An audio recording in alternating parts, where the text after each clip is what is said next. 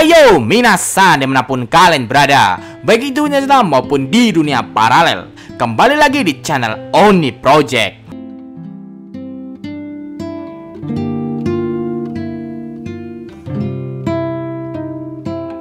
Kimetsu no Yaiba. Kimetsu no Yaiba merupakan serial manga anime fenomenal yang telah viral di seluruh Jepang dan bahkan seluruh dunia. Kimetsu no Yaiba menceritakan tentang kisah seorang anak laki-laki yang bernama Kamado Tanjiro. Kamado Tanjiro memiliki tujuan untuk merubah adiknya yang telah menjadi iblis bernama Kamado Nezuko menjadi manusia kembali. Selain itu, Kamado Tanjiro juga bergabung menjadi anggota pemburu iblis untuk membasmi para iblis supaya dunia bisa damai kembali. Manga ini telah tamat di chapter 205 yang telah rilis di 2 tahun yang lalu pada tanggal 17 Mei 2020. Pada chapter 205 terakhir, di situ diceritakan bahwa terdapat time skip sekitar 1 abad ke depan setelah perang melawan Raja Iblis Kibutsuji Muzan dan para antek-antek iblisnya.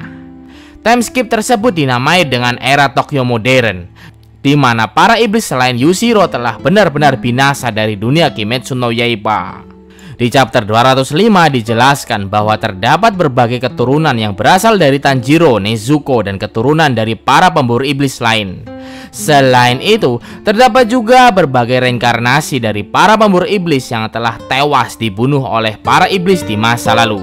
Lalu, adakah yang sempat berpikir apa yang pemburu iblis lakukan setelah Muzan mati dan dunia menjadi damai? Kemana perginya mereka? Saat dunia damai, di chapter 204 terlihat bahwa bos organisasi pemburu iblis yang bernama Ubuyashi Kikiriya terlihat telah membubarkan organisasi pemburu iblis. Lalu, bagaimana nasib para pemburu iblis? Apakah menikah, kerja, atau malah jadi pengangguran, jadi beban keluarga? Haha.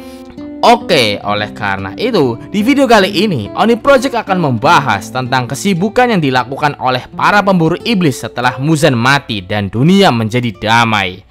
Pembahasan kali ini merupakan hasil rangkuman dari chapter 205,6 yang disebut epilog yang telah ditulis oleh sang autor Buaya Koyoharu Gotoge. Oke, langsung saja, mari kita mulai pembahasannya.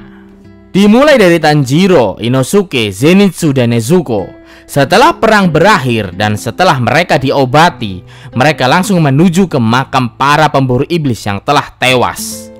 Mereka juga menuju makam keluarga Kamado. Mereka berdoa untuk orang-orang yang telah tewas karena dibantai oleh Raja Iblis Kibutsuji Muzan dan para iblisnya. Tanjiro juga melaporkan kondisi dunia saat ini kepada keluarganya yang telah tewas.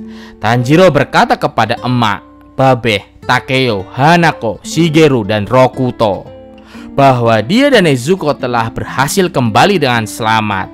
Semua keberhasilannya terjadi karena bantuan dari teman-teman para pemburu iblis dan para anggota organisasi selain pemburu iblis. Banyak orang yang telah tewas dalam perang melawan Raja Iblis Kibutsuji Muzan. Selain itu, Tanjiro dan teman-temannya juga mengucapkan rasa terima kasih kepada orang-orang yang telah tewas.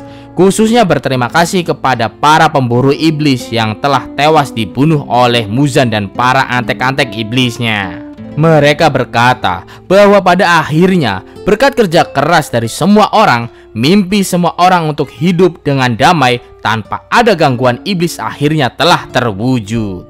Tidak peduli bagaimana kerasnya masa depan nanti, menurut mereka akan terus berjuang dan membantu satu sama lain untuk memecahkan masalah yang akan datang. Menurut mereka akan berjuang melakukan yang terbaik di masa yang akan datang.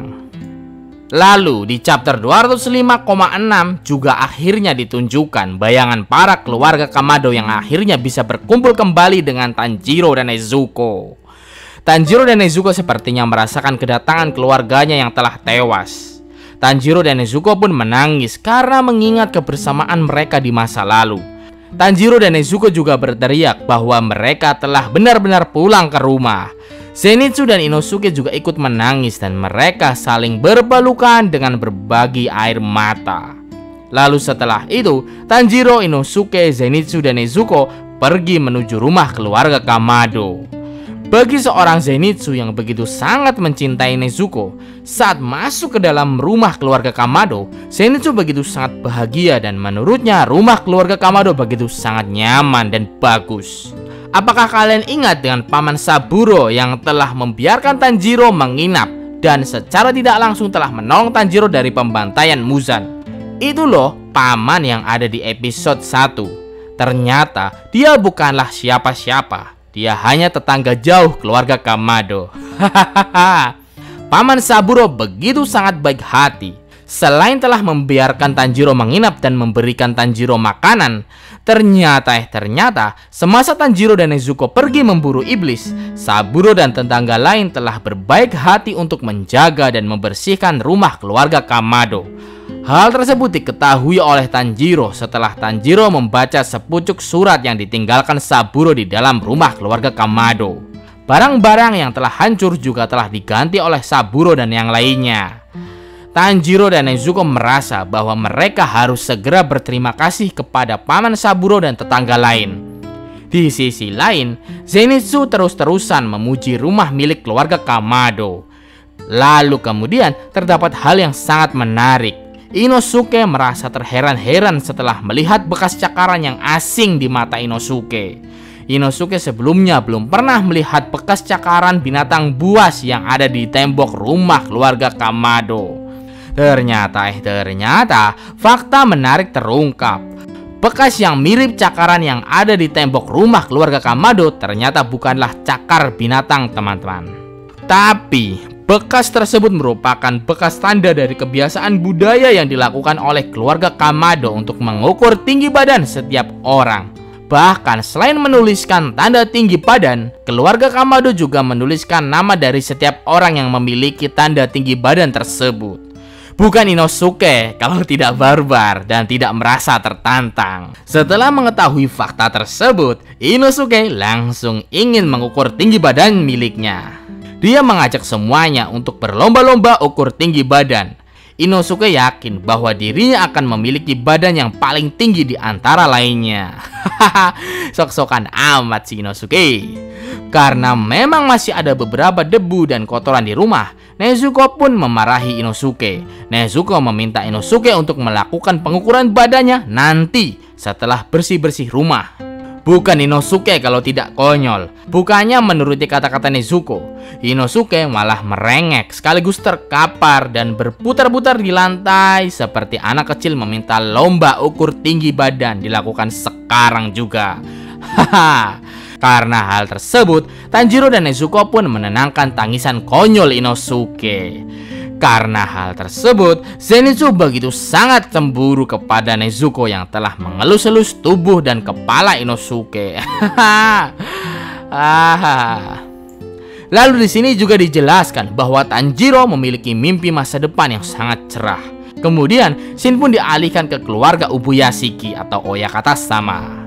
Dalam scene tersebut, terlihat bahwa terdapat Ubuyashiki Kiriya dan dua adiknya yang sedang duduk di teras rumah. Kiriya sedang membacakan surat yang berisikan tentang harapan dan impian. Lanjutan dari scene Tanjiro sebelumnya. Sepertinya surat tersebut merupakan surat yang dikirim oleh Tanjiro. Detail isi surat tersebut adalah: aku berdoa agar semuanya bisa tersenyum dan diberi kehidupan yang amat bahagia sampai saat nanti tiada. Aku ingin mereka bisa hidup damai tanpa terancam akan suatu hal yang tak terduga. Jadi meskipun saat ini aku tidak bersamamu lagi, namun aku ingin tetap hidup. Aku ingin kau tetap bertahan hidup. Aku yakin sekali jika kau jadi aku, kau pasti juga akan mengatakan hal yang sama sepertiku. Aku berharap hari-hari kami yang penuh kedamaian dan ketenangan akan selamanya selalu seperti itu. Lalu selain penjelasan isi surat tersebut, di situ juga diperlihatkan berbagai scene dari nasib para pemburu iblis setelah dunia damai. Ubuyashiki Kiriya hidup bahagia bersama istri dan dua adiknya. Lalu Uzui Tengen juga bersenang-senang dengan para tiga istrinya yang seksi di padang rumput berbunga.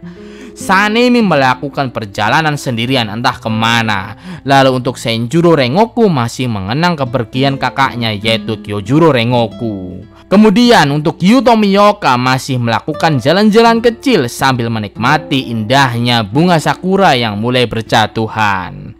Sepertinya dia masih mengingat sosok sahabatnya yaitu Sabito. Kemungkinan juga dia masih mengenang kematian Shinobu Kocho. Prikitiu. Lalu selanjutnya terdapat juga scene Tanjiro, Inosuke, Zenitsu, dan Nezuko yang sedang bersih-bersih rumah keluarga Kamado. Inosuke dan Zenitsu juga terlihat sedang mandi bersama. Mereka juga makan bersama. Sebagai bonus di pembahasan kali ini, terdapat fakta yang lucu. Lagi-lagi, fakta ini tentang Inosuke. Makam yang Inosuke ketahui ternyata bentuknya hanya tumpukan dari batu-batuan. Ternyata Inosuke baru mengetahui bahwa terdapat makam yang lebih bagus, di mana bentuknya kotak bersinar dan bertuliskan nama orang yang tewas. Bahkan terdapat barang-barang bagus yang dikirim oleh para orang yang mengunjungi makam tersebut. Ya, karena Inosuke orang hutan gunung, jadi ya wajar saja kalau Inosuke baru tahu tentang hal tersebut. Oke, seperti itulah pembahasan video kali ini. Mohon maafkan Mimin apabila terdapat kesalahan dalam pembahasan ini. Arigatou gozaimasu and see you di next video.